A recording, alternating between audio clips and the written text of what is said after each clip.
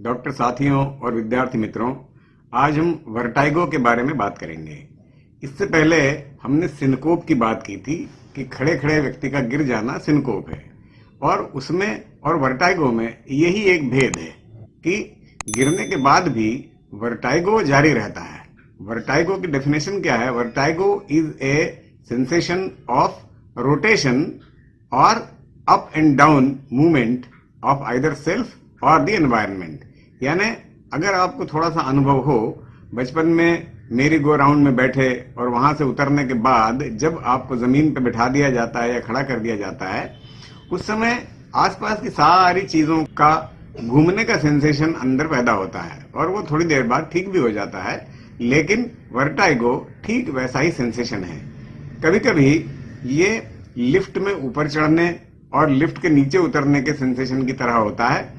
और बहुत बार हमने ये देखा है, एक माता जी आई, वो उनको ऐसे ही सेंसेशन होता रहता था कि जैसे लिफ्ट में एकदम नीचे उतरी, वो बोलती थी मैं गई गई गई गई, ऐसा बोलती थी। एंड इट इज मोमेंट्री, ये बहुत ही क्षणिक होता है और वो थोड़ी देर में ठीक भी हो जाता है। ऐसे वाले वर्टाइगो को हम कहेंगे BPPV, benign paroxysmal positional vertigo, और इसके बारे में अभी जल्दी थोड़ी सी बात करेंगे।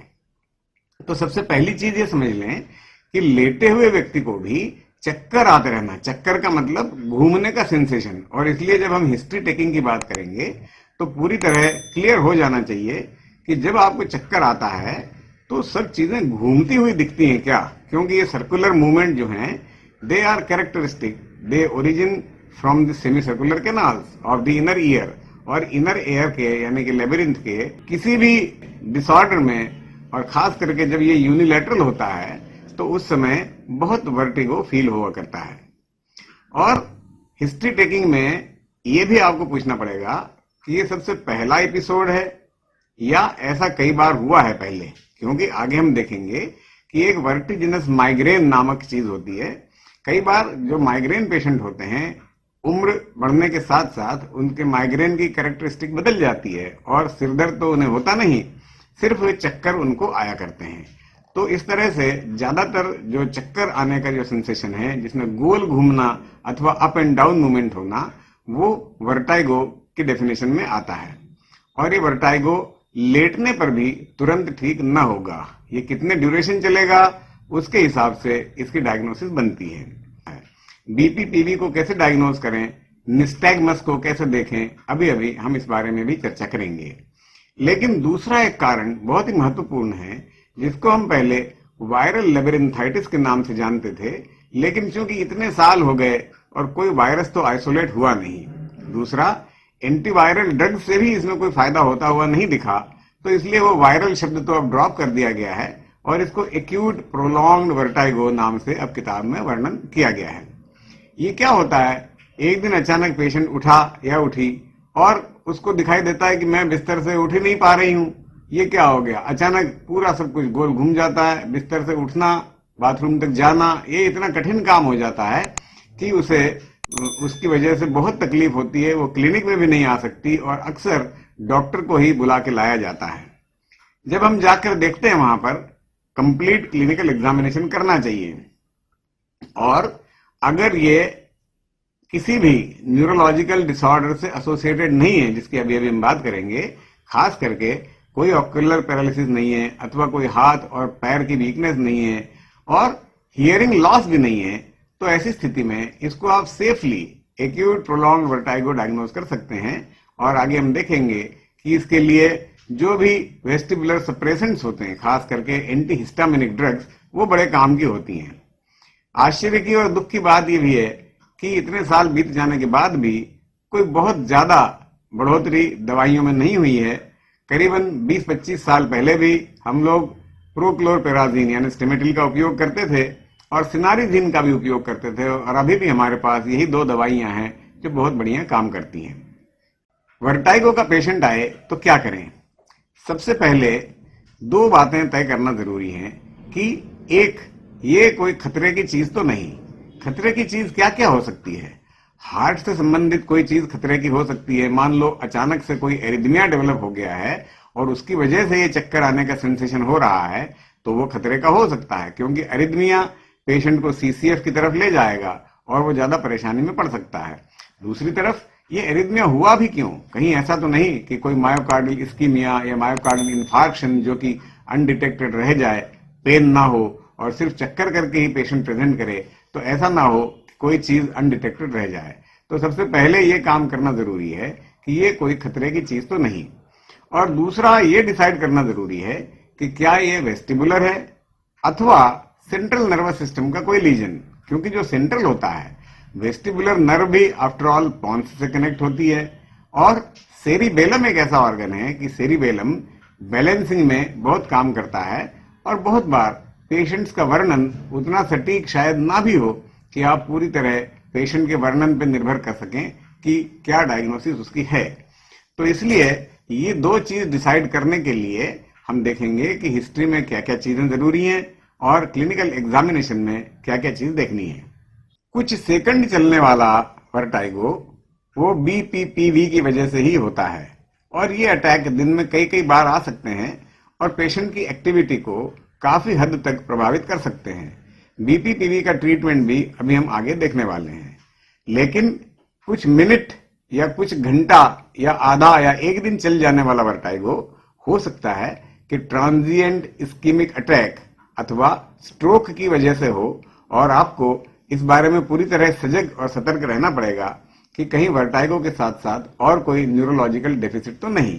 खास करके बोलने में लड़खड़ाहट, तुतलाहट, चलने में आप ज्यादा अच्छे से टेस्ट नहीं कर पाएंगे, लेकिन सारे हाथ और पैरों की उंगलियों की मोटर पावर, फेस की मोटर पावर, आई मूवमेंट, ये सब चीज आप जब टेस्ट करेंगे तो ऐसा ना हो कि कहीं और कोई न्यूरोलॉजिकल डेफिसिट मिल जाए, क्योंकि अगर मिलता है तो इसका अर्थ ये है कि ये पेरिफेरल वेस्टिबुलर लीजन नहीं है, ये तो सेंट्रल नर्वस सिस्टम का लीजन है और उसके लिए फिर हमें न्यूरो इमेजिंग तथा और दूसरे इन्वेस्टिगेशंस का सहारा लेना पड़ेगा।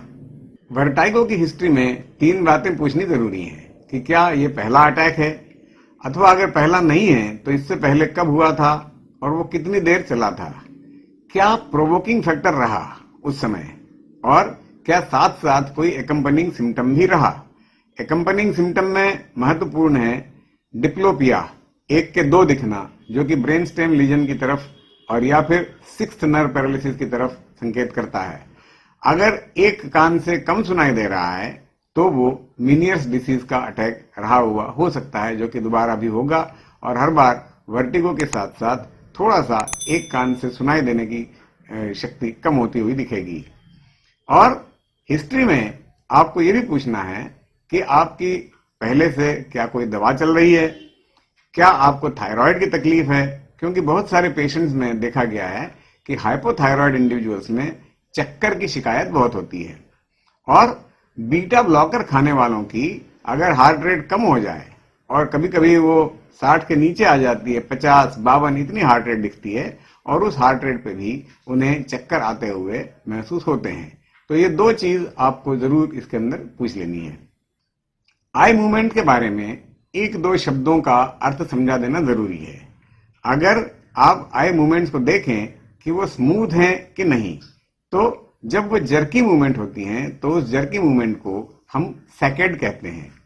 अगर आपका एक छोटा सा टेस्ट किया जाए कि कितना स्मूथली आप एक पॉइंट पे फोकस कर पाते हैं, अगर मैं आपकी तरफ देख रहा हूं और अगर मैं अपने सिर को 20 डिग्री इधर और 20 डिग्री उधर घुमाऊं तो आप देखेंगे कि मेरी आंखों में जर्की मूवमेंट नहीं दिखाई देते, लेकिन जिसका वेस्टिबुलर फंक्शन डिसऑर्डर होगा उसमें क्या दिखेगा, उसका अगर आप सीधा बैठा करके और सिर को 20 डिग्री घुमाएं तो उसमें आपको सैकेड दिखाई देंगे। सैकेड का अर्थ होता है करेक्टिव मूवमेंट।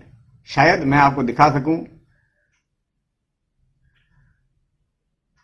तो इस तरह से जब आप दाहिनी तरफ घुमाते हैं तो एक तेज मूवमेंट बाईं तरफ दिखाई देती है और इतनी स्मूथ वो मूवमेंट नहीं होती जितनी नॉर्मल इंडिविजुअल में होती है। तो अगर हेड टिल्ट करने के साथ साथ और रोटेट करने के साथ साथ आपको सेकेंड्स दिखाई दें तो वो दर्शाता है कि एक तरफ का वेस्टिबुलर फंक्शन डिसऑर्डर्ड है। अगर दोनों तरफ हेड मूवमेंट या रोटेशन करने से सेकेंड्स दिखाई दें तो इसका अर्थ ये है कि वो लीजन शायद सेंट्रल है और उस स्थिति में आपको ज्यादा इन्वेस्टिगेशन की जरूरत पड़ेगी। एक और शब्द से परिचित हो जाना अच्छा होगा, उसको हम कहते हैं nystagmus.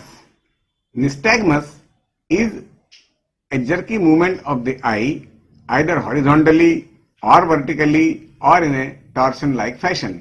तो ये जो जर्की मूवमेंट्स होती रहती हैं, इसकी वजह से पेशेंट किसी भी ऑब्जेक्ट पे फोकस नहीं कर पाता और उसे सब चीजें हिलती हुई दिखती हैं। ऐसी स्थिति में वर्टाइगो कम महसूस होगा अगर वो अपनी आंखें बंद कर ले और आंखें खोलने के बाद वर्टाइगो बढ़ता हुआ प्रतीत होगा। निस्टैग्मस के लिए आप एक उदाहरण ले सकते हैं।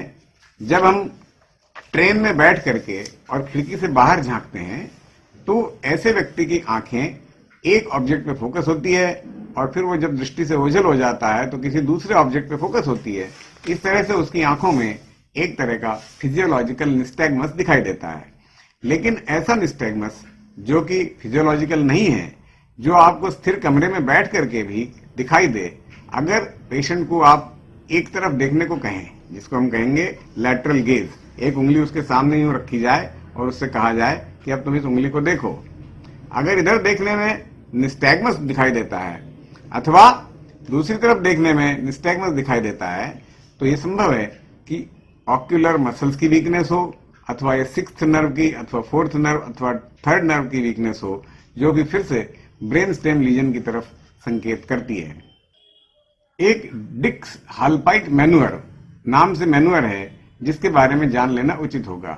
पेशेंट को कोच पर इस तरह से बैठाते हैं कि जब उसे लेटाया जाएगा तो उसकी गर्दन पीछे की तरफ लटकाई जा सके, और ऐसी स्थिति में बैठा करके पैर सीधे करके और जो टेस्ट करने वाला ऑब्जर्वर है वो उसके हेड को एक तरफ 45 डिग्री से रोटेट करता है इस तरह से, और फिर पूरी तरह उसको पीछे बिछा देता है और गर्दन को नीचे लटका देता है।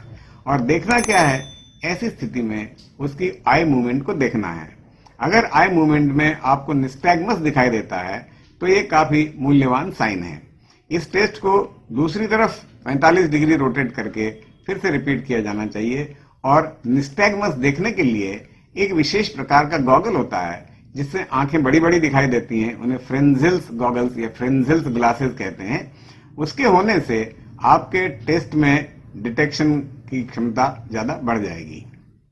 ये डिक्स हालपाइट मैन्युअर करने से अगर वर्टिकली डाउनवर्ड निस्टैग्मस आपको दिखाई दे जिसमें थोड़ा सा टॉर्शनल कंपोनेंट भी हो तो आप काफी विश्वास के साथ BPPV की डायग्नोसिस बना सकते हैं। हिस्ट्री और एग्जामिनेशन के बारे में अभी इतना। अगले लेक्चर में हम इसके डिफरेंशियल डायग्नोसिस और ट्रीटमेंट की चर्चा करेंगे। आप सब लोगों से ये निवेदन है कि अगर आपने मेरे चैनल को अभी तक सब्सक्राइब नहीं किया हुआ है तो जल्दी से जल्दी मेरे चैनल को सब्सक्राइब भी करें और साथ में बेल आइकॉन का बटन भी दबाना न भूलें, जिससे कि जब जब मैं कोई नया वीडियो अपलोड करूं तो उसकी सूचना आप तक पहुंच जाया करे। थैंक यू, धन्यवाद।